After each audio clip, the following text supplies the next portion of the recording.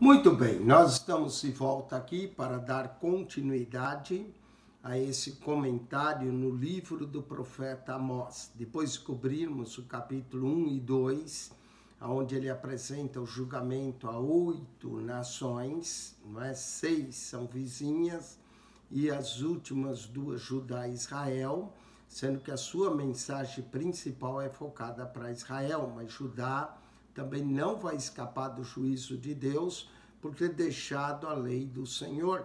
Deixar a palavra de Deus constitui-se pecado, seguir os nossos próprios caminhos e vontades e não a palavra de Deus constitui-se pecado.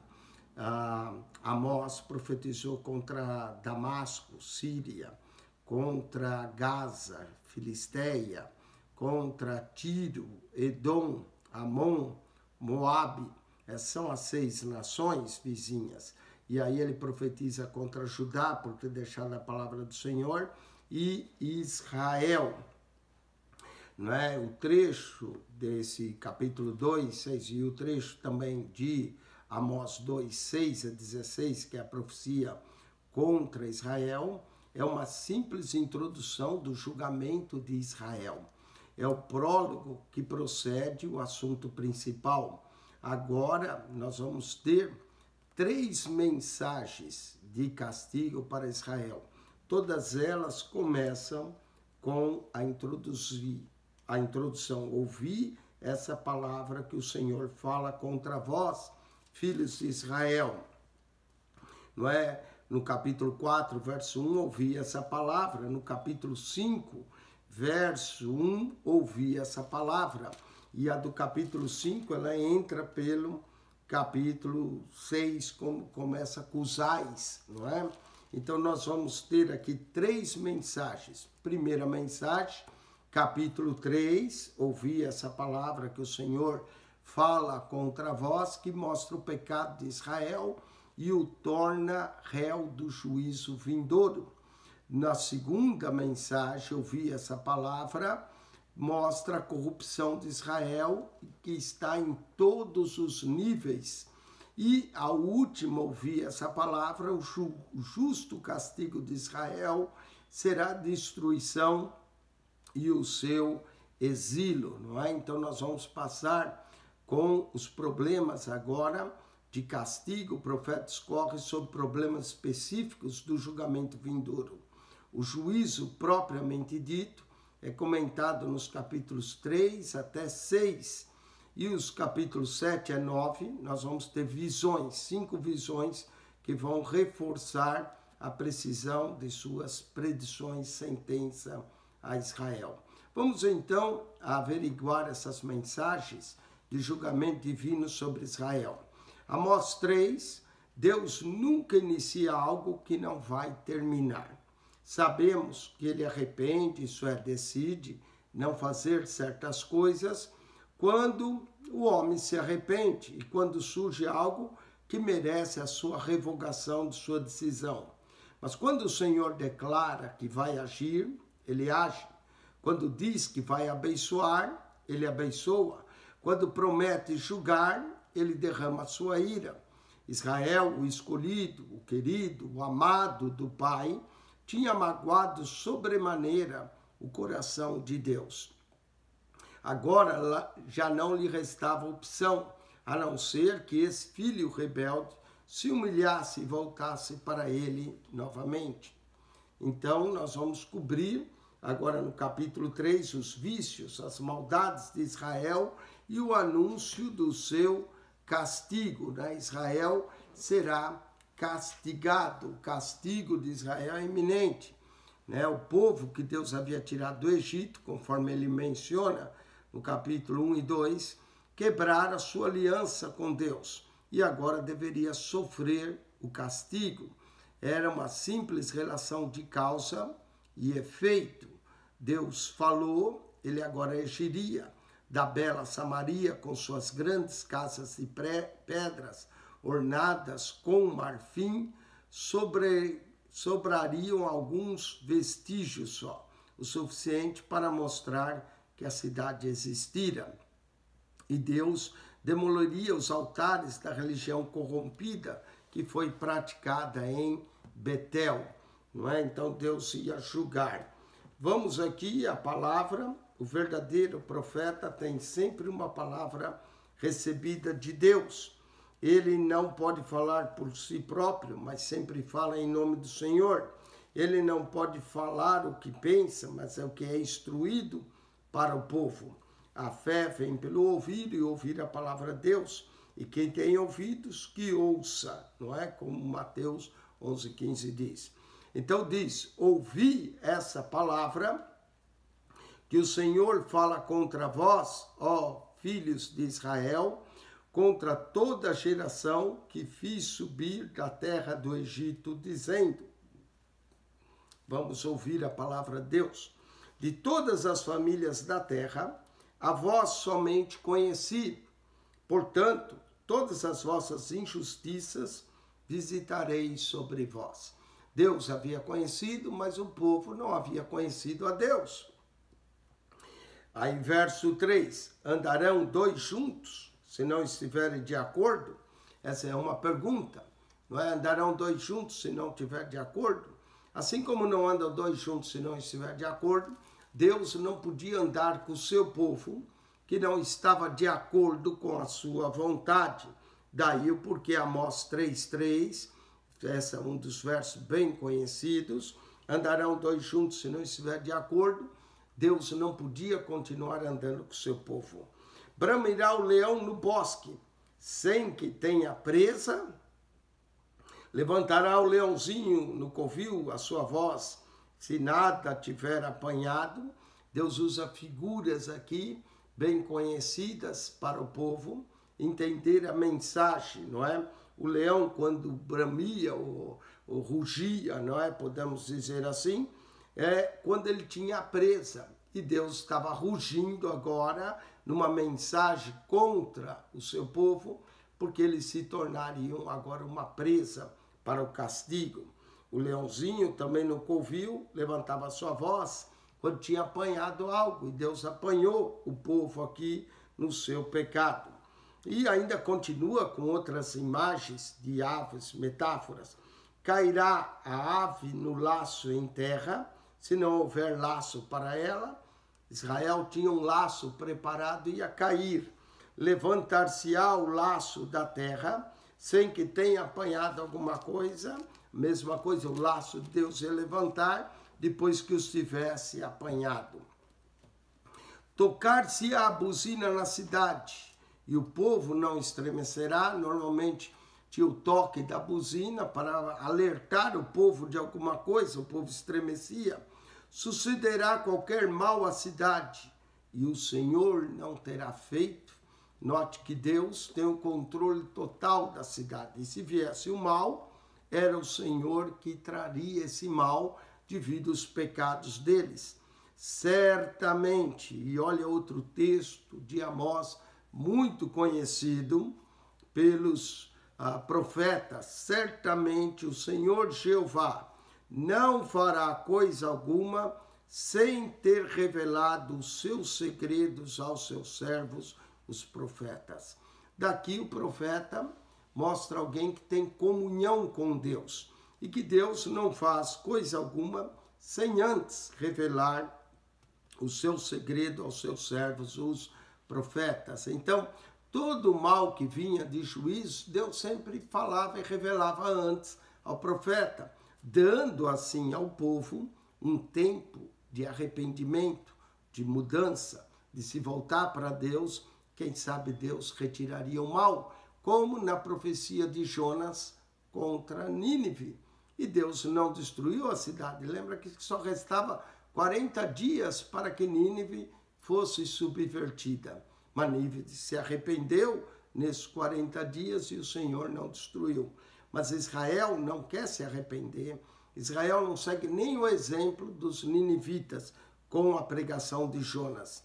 Certamente o Senhor Jeová não fará coisa alguma sem ter revelado o seu segredo aos seus servos, os profetas.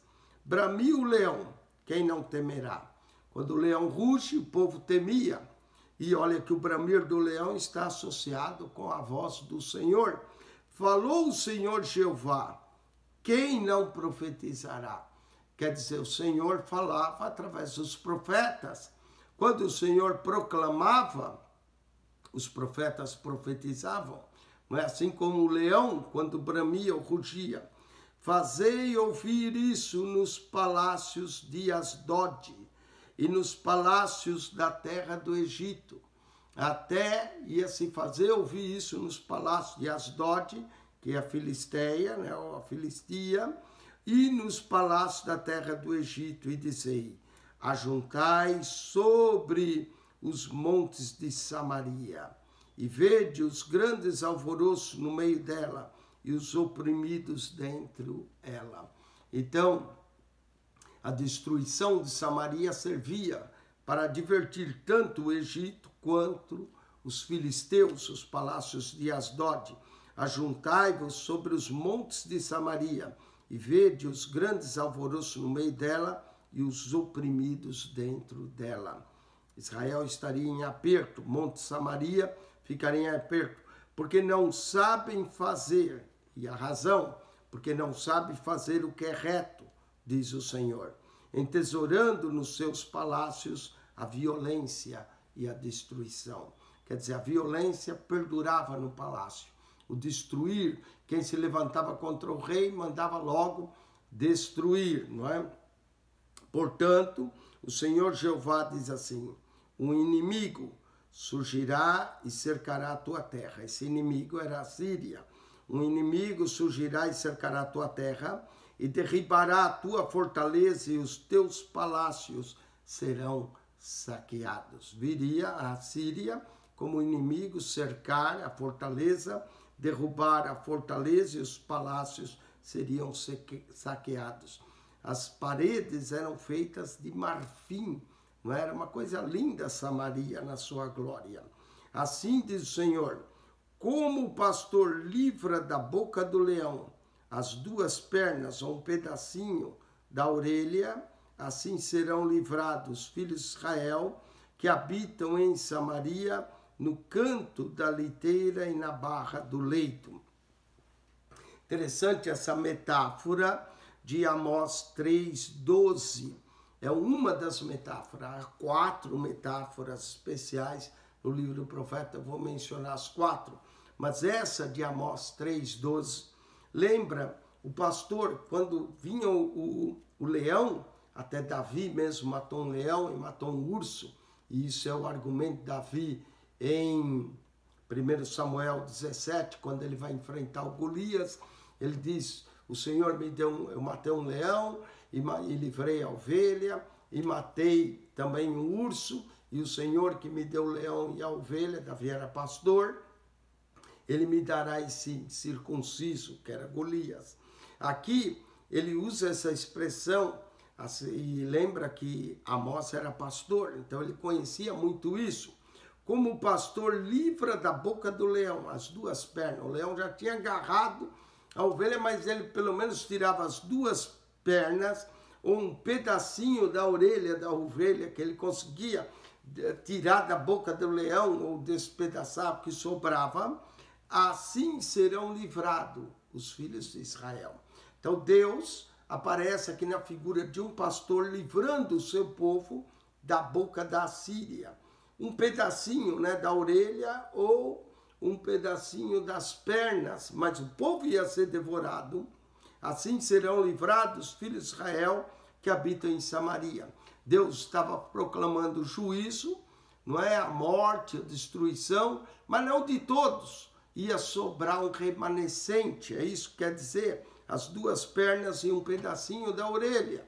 Ia sobrar todo despedaçado Israel, mas um remanescente seria guardado, habita em Samaria, não é? Então, aqui ele mostra as metáforas que Deus usa, não é? Ele compara primeiro, no capítulo 2, verso 13, um carro cheio de manolhos, quer dizer, um carro sobrecarregado, não é? Ele compara a fadiga da misericórdia de Deus como um veículo sobrecarregado, um carro cheio de manolhos. Agora, No capítulo 3, verso 8, ele compara a atividade profética ao bramir do leão, a voz do leão, rugir de um leão. No capítulo 3, verso 12, ele compara o livramento do remanescente de Israel ao livramento da boca do leão, que ataca as pernas e as orelhas, defendida pelo pastor.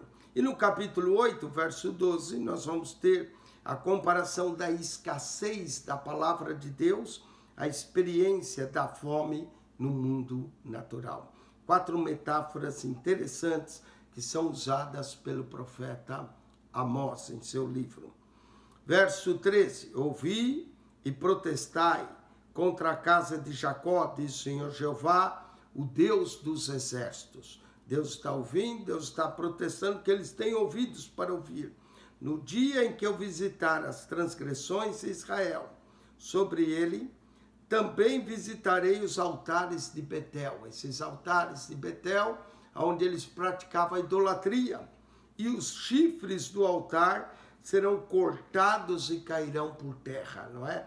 Os chifres que o altar tinha nas pontas seriam cortados e caídos por terra. O poder daquele altar, a idolatria, cairia. E derribarei a casa de inverno com a casa de verão e as casas de marfim. Olha aqui, as casas da Samaria eram cobertas de marfim. E Deus diz que ia derrubar tanto as casas de inverno como as casas de verão, e as casas de marfim perecerão, as grandes casas, eram grandes casas, terão fim, diz o Senhor. Deus promete aqui que iria castigar, não é? Castigar o povo pelas suas maldades, castigar os altares de Betel. Nós temos alguns castigos de Deus, não é? De Levítico 26, 28 diz: castigarei 7 vezes mais. Isaías 10, 12 diz: castigarei a arrogância do rei da Síria. Oséias 5, 2, castigarei todos os revoltos. Oséias 10, 10, castigarei na medida do meu desejo. Amós 3, 14, castigarei os altares de Betel. Amós 3, 14. E Zacarias 10, 3, castigarei os bodes. Não é? Então, nós vemos aqui o castigo do Senhor sobre os altares.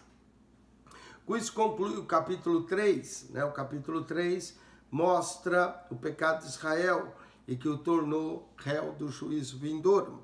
Agora vamos para a segunda mensagem, capítulo 4. Ouvi essa palavra. Capítulo 3, verso 1 começou com ouvir essa palavra. A segunda mensagem está aqui. Ouvi essa palavra, vós, vacas de Baçã, que estáis no monte Samaria, que oprimis os pobres, que quebrantais os necessitados, e que dizei aos seus senhores: dai cá e bebamos. Essas vacas de Baçã significam uma investida do profeta Amós contra a nobreza de Samaria.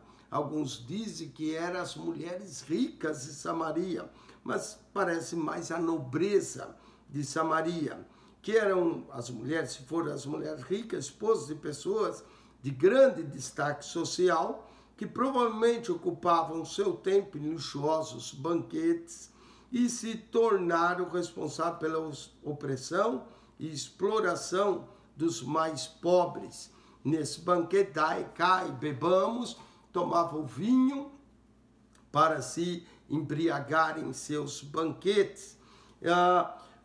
Também aqui mostra Amós usando sua própria linguagem, não é?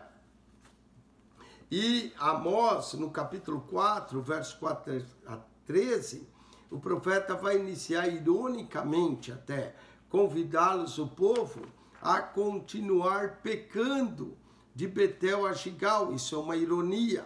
Lugares sagrados onde no passado Deus tinha sido revelado e demonstrado e seu beneplácito para com eles. Por exemplo, Betel, Deus se revelou numa escada com um anjo subindo e descendo a Jacó em Betel, mas agora eles faziam altares a deuses pagãos. Não é? Isaías também 4 e 5 mostra que tinham se tornado centros agora de idolatria, de promiscuidade. Lá ofereciam seus sacrifícios impuros, o levedado, porque nisto tinham prazer. Então nós vamos observar aqui no capítulo 4 a triste situação de Israel, que estava dominado pelo pecado, que preferia viver transgredindo a vontade de Deus ao invés de buscá-lo. O seu prazer inclinava-se para as coisas das trevas, em vez das coisas da luz. A sua rebeldia os dominara de tal forma que nem sequer pensavam em praticar a justiça. Nós vamos ver uma lista aqui que cai sobre eles, verso 6. Vós deixais de dentes limpos, sem comida, com falta de pão, retive de vós a chuva, verso 7, feri-vos, verso 9, enviei a peste contra vós, verso 10, subverti algum dentre vós, verso 11. Toda essa ação disciplinar que tinha efeito negativo, Deus fez tudo isso e Deus agora diz, contudo, não vos convertesse a mim, disse o Senhor, versos 6, 8, 9, 10 e 11. Portanto, preparai a Israel para te encontrares com o teu Deus. Verso 12, o julgamento. Amós alerta ao povo que terá de defrontar-se com o Senhor, Deus dos exércitos, o mesmo que criou e formou os montes e ventos, que sabe o que se passa na mente dos homens, que muda a luz em escuridão e anda por lugares altos da terra, verso 13, é esse Deus que vem contra Israel e as consequências seriam destruidoras. Vamos ao capítulo 4 então, e vamos notar aqui nesse capítulo como Deus chama a atenção. Ouvi essa palavra, vós vacas de Baçã, que estáis no monte de Samaria. Aqui Deus permite que o profeta mantenha a sua linguagem de boiadeiro. As vacas de Baçã eram gordas, cheias, como a nobreza de Samaria. Ouvi essa palavra, vós, vacas de Baçã, no monte de Samaria, que oprimis os pobres, que quebrantai os necessitados, talvez punham os pobres para trabalhar, dando um salário bem apertado, e às vezes nem pagava, quebrantai os necessitados, que dizei aos seus senhores, dai, cai, bebamos, não é? Jurou o Senhor Jeová pela sua santidade. O Senhor jurou pela sua santidade que dias estão para vir sobre vós, em que vos levarão com anzóis, aí a vossos descendentes com anzóis de pesca. Deus ia pegar como pega o peixe com anzol e atirar com anzol e eles seriam levados à Síria como cativos.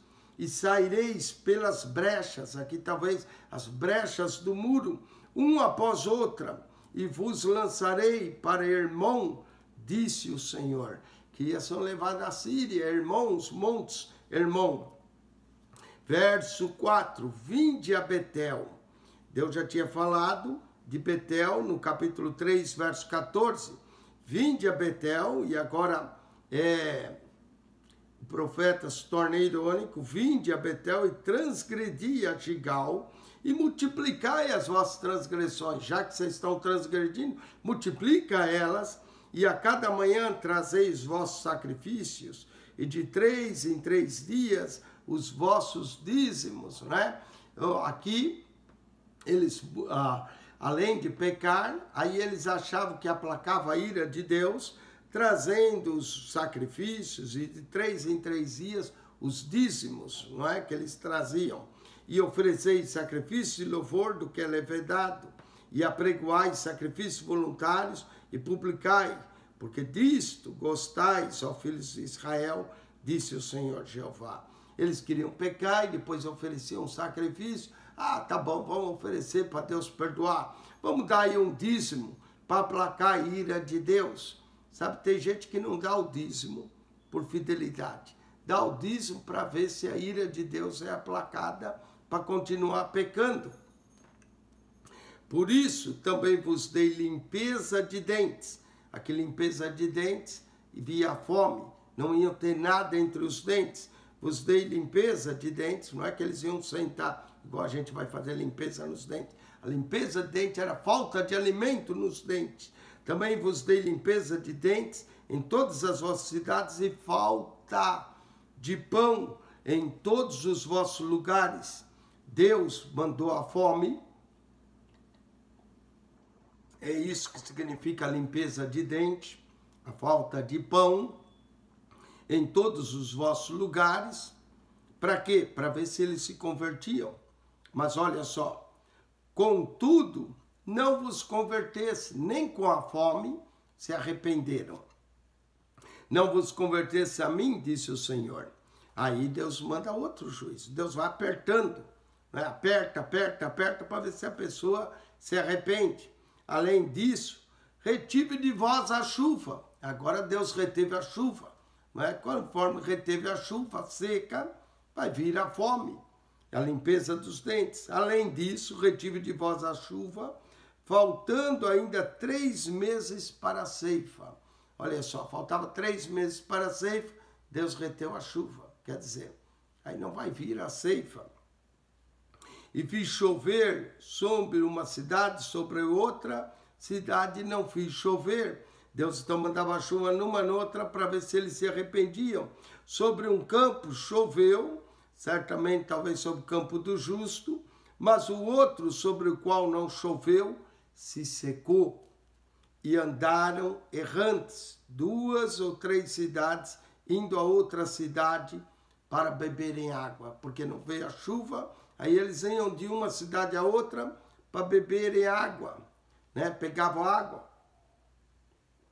mas a água era escassa, para beberem água, mas não se saciaram. Por que que Deus mandou a seca? Deus já tinha mandado a fome, agora a seca, falta de água. Contudo, não vos convertesseis a mim, diz o Senhor.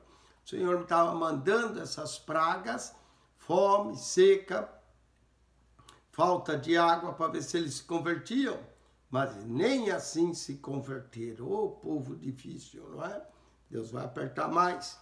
Feri-vos com queimadura e com ferrugem.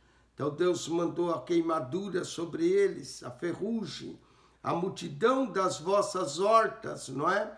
Então a horta veio, a ferrugem destruiu a horta. E das vossas vinhas e das vossas figueiras e das vossas oliveiras, aqui a ferrugem, a queimadura, né? A seca que veio sobre, e a ferrugem, que a corrosão sobre a agricultura, vossas vinhas, vossas figueiras, vossas oliveiras, foi comida pela locusta, tá vendo? Mandou o pulgão, mandou o gafanhoto, fez comer ali, foi comida pela locusta. A locusta é uma espécie de gafanhoto.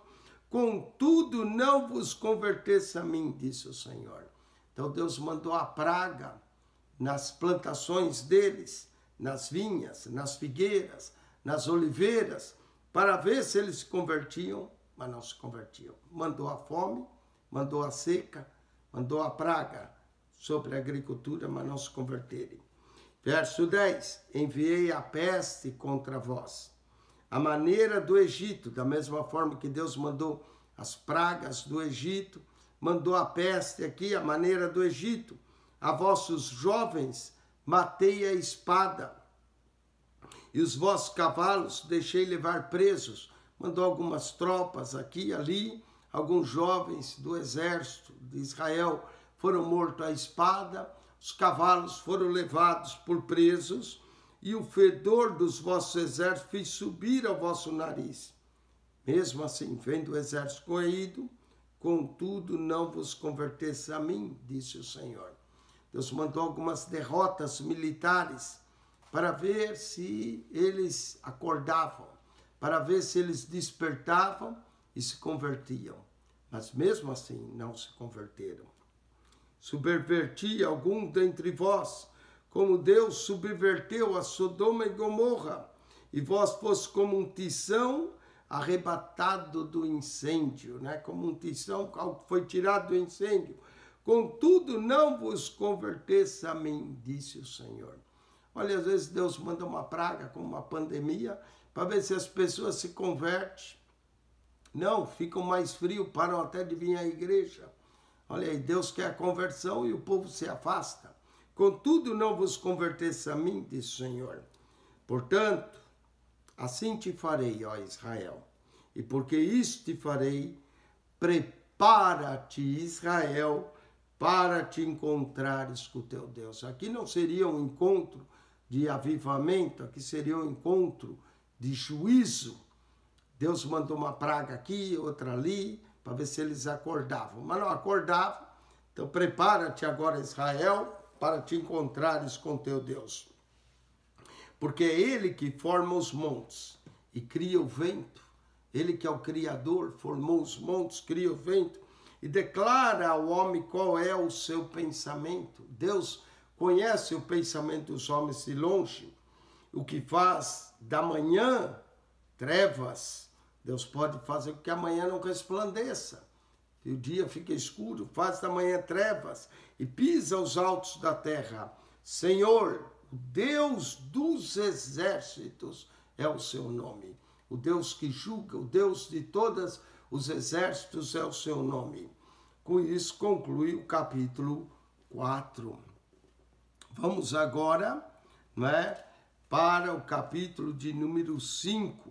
Mais predição. Essa é a terceira vez que o profeta vai usar a expressão ouvir essa palavra. Capítulo 3, verso 1, ouvir essa palavra. Capítulo 4, verso 1, ouvir essa palavra. E a terceira vez agora, terceira mensagem, ouvir essa palavra que levanto como uma lamentação sobre vós, ó casa de Israel. Deus mandava o juízo, sempre havia uma lamentação. Jeremias escreveu o livro de lamentações. Ezequiel também lamenta no capítulo 27, o castigo de Tiro no 26, no capítulo 28, uma profecia contra o rei de Tiro e depois uma lamentação. Ouvi essa palavra que levanto como uma lamentação sobre vós, ó casa de Israel. Então vem aqui o lamento, ouvi essa palavra. 2 vezes antes, capítulo 3 e capítulo 4, verso 1, dessa frase, prefacia as profecias de Amós em torno do juízo. Nesse último caso, ela introduz um chamamento vindo do coração do arauto de Deus para Israel, a fim de que se volte para ele, uma palavra de lamento. A seguir, ele condena as iniquidades do povo e afirma que o Senhor não pode tolerar mais a uma ímpia conduta e terá que aplicar justa sentença. Note que no capítulo 4 Deus mandou a fome, Deus mandou a seca, Deus mandou algumas derrotas entre eles para ver se eles se convertiam. E após cada uma dessas coisas mandou a praga para ver se eles se convertiam. Deus diz, contudo não vos convertesses. Agora vem o apelo, as lamentações do profeta sobre a Virgem de Israel que caiu e nunca mais se levantará. Amós 5, 1 e 2. Isso não significa que Israel nunca será restabelecido. Sempre há promessa de um remanescente. Porém, indica que durante essa dispensação, ou pelo menos aquela geração, não tornaria a ser grande e abençoada a nação como foi. O âmago da mensagem de Amós é, capítulo 5, versos 4 e 6, buscai ao Senhor e vivei. A misericórdia que vem do alto ainda podia ser aproveitada, mas o tempo para isso estava se esgotando. Israel poderá ser salvo se mudasse imediatamente, buscando, amando o bem e aborrecendo o mal. Versos 14 e 15 do capítulo 5. Deus sabe que as suas transgressões são muitas e graves. Verso 12. Mas por enquanto existe ainda a possibilidade de restauração. Verso 15. Esperança ainda existia, mas de forma mínima. As condições eram tão precárias que no meio do seu apelo, Amós manda o prudente guardar o silêncio, porque o tempo é mau. Verso 13. Suas palavras, se ele falasse publicamente, não seriam consideradas como os demais profetas. Com as suas exortações ele seria zombado, ridicularizado e de nada adiantariam seus esforços para acordar o povo de um sono espiritual. Alguns pensam que iam escapar da ira de Deus, porque se julgavam parte dos escolhidos do Senhor. Desejava que seu dia chegasse. Amós os alerta dizendo: ai, vós que desejais o dia do Senhor. Para que desejais vós o dia do Senhor? É dias de trevas e não de luz, não iam escapar. O coração do servo do Senhor se conduía ao proclamar essa demonstração a Israel. Via que ele persistia em seu mau caminho. Ele tanto anelava que o povo se voltasse para o Senhor, mas o apelo desse colhedor de sicômoros não atingiu o alvo e foi disperso pelo vento da rebeldia, daqueles dias sombrios e tenebrosos da história dos judeus.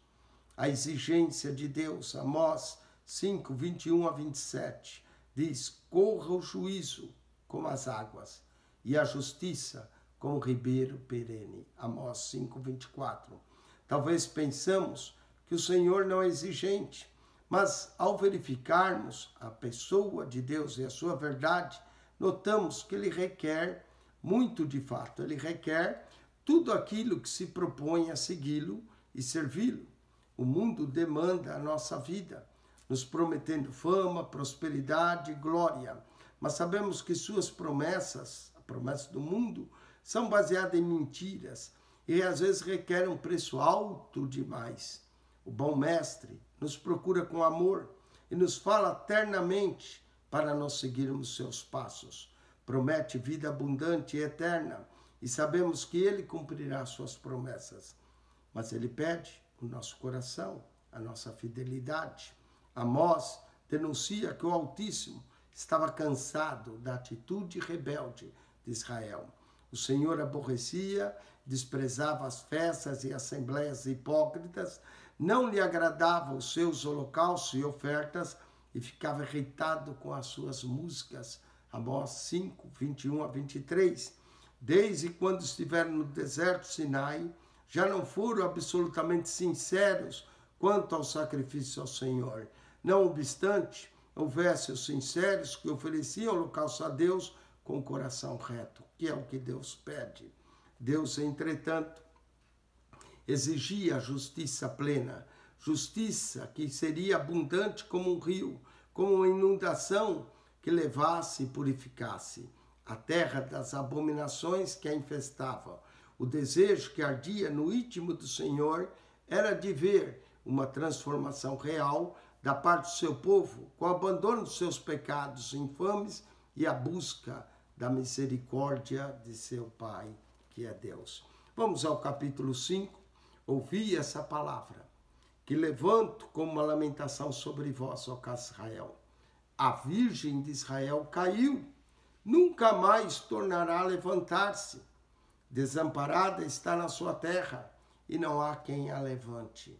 Não queria se levantar, porque assim diz o Senhor Jeová: a cidade da qual sai, 1000 conservará 100. Olha como a população seria diminuída. E aquela da qual sai 100, conservará 10 na casa de Israel. Em outras palavras, a cidade seria dizimada. Cidade de 1000 ia ficar 100. Aquela que tinha 100 ia ficar 10. Totalmente dizimada. 90% seria para o juízo. Só ia sobrar 10%, o dízimo do Senhor. Porque assim diz o Senhor, a casa de Israel. Olha só, esse é o âmago da mensagem. Porque assim diz o Senhor, a casa de Israel: buscai-me e vivei. Buscai-me e vivei. Jesus também disse: buscai primeiro o reino de Deus e sua justiça, e as demais coisas serão acrescentadas. Buscai-me e vivei. Mas não busqueis a Betel, nem venhais a Gigal. Essas cidades tinham se tornado idólatras. Eles tinham edificado altares a Baal ali. Mas não busqueis a Betel, nem venhais a Gigal, nem passais a Berseba. Berseba ficava ao sul, significa poço do juramento, porque Gigal certamente será levado cativo. e Betel será desfeito em nada. Deus falou de Betel no capítulo 3, verso 14. Deus havia falado de Betel novamente no capítulo 4, verso 4, Betel e Gigal. E agora no 5, verso 5, Deus fala novamente Betel e Gigal. Nem passeis a Berseba, porque Gigal certamente será levado cativo e Betel será desfeito em nada. Betel, que deveria ser a casa de Deus, eles transformaram na casa de Baal. De novo, o verso 6 repete: buscai ao Senhor e vivei, para que se não se lance na casa de Jacó, de José, na casa de José, aqui aparece a casa de José, porque é Efraim, como um fogo, e consuma, e não haja em Betel quem o apague. Não é o fogo, estava reservado aqui o fogo do juízo.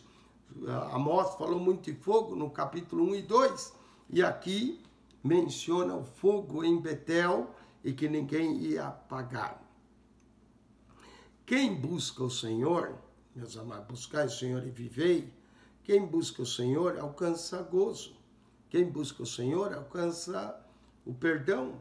Quem busca o Senhor alcança a proteção. Quem busca o Senhor alcança provisões. Quem busca o Senhor alcança a vida. Quem busca o Senhor alcança sabedoria. Quem busca o Senhor alcança a renovação de forças. Quem busca o Senhor, as coisas são acrescentadas. Quem busca o Senhor alcança a salvação. Amém? Vós que converteis o juízo em alosna. Tá vendo? O sistema judiciário estava corrompido, eles convertiam o juízo em alosna, que é lama, e deitais por terra a justiça. Parece um Supremo Tribunal que existe aí num país, no América do Sul, que deita por terra a justiça. Procurai o que faz o sete estrelo, que fez a constelação do sete estrelo, e o Orion é mencionado, às vezes, constelações no livro de Jó. Amós também menciona: procurai o que faz o sete estrelo e o Orion, e torna a sombra da noite em manhã, aquele que faz o sol raiar, e escurece o dia como a noite, eclipse, Deus podia mandar, o que chama as águas do mar e as derrama sobre a terra em termos de chuva. Senhor é o seu nome. Senhor é o seu nome, quer dizer, Yahweh, Yahvé, o grande eu sou. Senhor é o seu nome. O que fez subir súbita destruição sobre o forte. Ele abate o orgulhoso e levanta os humildes. Fez vir súbita destruição sobre o forte, de sorte que vem a assolação contra a fortaleza. Porque eles confiavam na fortaleza em vez de confiar em Deus. Aborrecem na porta ao que os repreende e abomina o que fala sinceramente. O povo abominava aqueles que falavam sinceramente, aborrecia na porta aqueles que os repreendia, chamava atenção. Portanto, visto que pisais o pobre e dele exigis um tributo de trigo, os impostos eram pesados sobre o pobre. Edificareis casas e pedras lavradas, mas nelas não habitareis. Vinhas desejáveis plantareis, mas não bebereis seu vinho. Por quê? Porque eles oprimiam o pobre, tiravam um tributo de trigo do pobre, que talvez era a única comida do pobre, para edificar casas e pedras lavradas, para nelas habitar. Vinhas desejáveis, mas não iam beber do seu vinho. Porque sei que são muitas as vossas transgressões. Deus podia enumerar todas elas. E enormes os vossos pecados. Afligis o justo, tomais resgate e rejeitai os necessitados na porta. Eles afligiam, oprimiam, portanto, o que for prudente, guardará silêncio. Naquele tempo, porque o tempo será mau, será tempo de juízo. De novo, buscai Olha só, buscai e vivei, verso 4. Buscai o Senhor e vivei, verso 6. Buscai o bem e não o mal, para que vivais. Buscar o bem era buscar Deus e não o mal. E assim o Senhor, o Deus dos exércitos, estará convosco, como dizeis. Alguns diziam, não, Deus está conosco, Deus está conosco. Não é? Interessante cada profeta. Oséias se destaca com conhecer a Deus. Mas Amós se destaca com buscar. Buscai o bem, buscai. Amós também se destaca pelo amar o bem. Aborrecei o mal e amai o bem. Buscai o bem, amai o bem, e estabelecei o juízo na porta e a justiça. Talvez o Senhor, o Deus dos exércitos, tenha piedade do resto de José, de Efraim e Manassés. Portanto, assim diz o Senhor, Deus dos exércitos, o Senhor, em todas as ruas haverá pranto, e em todos os bairros dirão, ai, ai, olha o julgamento. E ao lavrador chamarão para choro, e para pranto que souberem prantear. Era uma lamentação, pranto, arrependimento. E se em todas as vinhas haverá pranto, porque passarei pelo meio de ti, diz o Senhor. Quando o Senhor passasse, as vinhas iam se acabar, não é? Ai daqueles que desejam o dia do Senhor. Alguns dizem, que venha o dia do Senhor. Ai daqueles que desejam o dia do Senhor. Para que quereis vós esse dia do Senhor? Treva será, e não luz. Seria dia de julgamento. O dia do Senhor é comparado ao julgamento, não é? Treva será, e não luz. Como se um homem fugisse diante do leão. Quando o homem vê o leão, sai correndo, né, de apavorado. E se encontrasse, e está fugindo do leão, olha aqui a metáfora, e se encontrasse com ele o urso. Está fugindo da boca do leão e cai na boca do urso. Ou como se entrando em casa, a sua mão encostasse à parede e fosse mordido por uma cobra. Normalmente as cobras desciam do teto abaixo. Aí ele encosta a mão à parede e é mordido por uma cobra. Olha que interessante esse verso, Amós 5,19. Leão, urso e cobra. Não é? Como juízo, o homem está fugindo do leão, cai na boca do urso. Ou chega em casa, encosta a mão à parede, vem uma cobra e o pica. Não é? E mordido por uma cobra, a morte era rápida.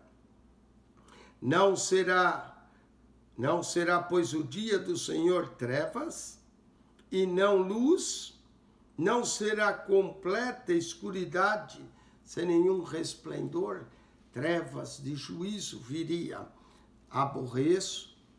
Deus agora vai estar cansado das festas que eles faziam. Aborreço as vossas festas e as vossas assembleias solenes. Não me dão nenhum prazer. Eles achavam que era festa do Senhor, mas era festa para eles mesmos. E ainda que me ofereçais holocausto e oferta de manjares, não me agradareis delas. Nem atentarei para as ofertas pacíficas de vossos animais gordos. Não adiantava oferecer sacrifício a Deus e continuar injustos, oprimindo o pobre. O que adianta isso? Deus aborrecia essas festas. Afasta de mim o estrépito de teus cânticos. Os cânticos aborreciam a Deus, porque não ouvirei as melodias de teus instrumentos. Corra, porém, o juízo, como as águas, e a justiça, como o ribeiro impetuoso. E aí, se eles fossem justos, aí oferecesse-me vosso sacrifício e oblação no deserto por 40 anos, ó casa de Israel. Me oferecendo no deserto por 40 anos. Já naquele tempo, os sacrifícios e ofertas não eram perfeitas. Antes, levantasse a tenda de vosso Moloque. Olha aí, sacrificava Moloque, não é? E o altar das vossas imagens. E as estrelas do vosso Deus, Acera, a estrela de Acera, que fizesse para vós mesmo.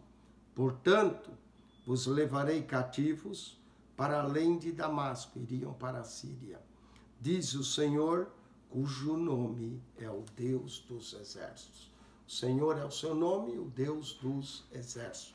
Com isso, nós concluímos o capítulo 5.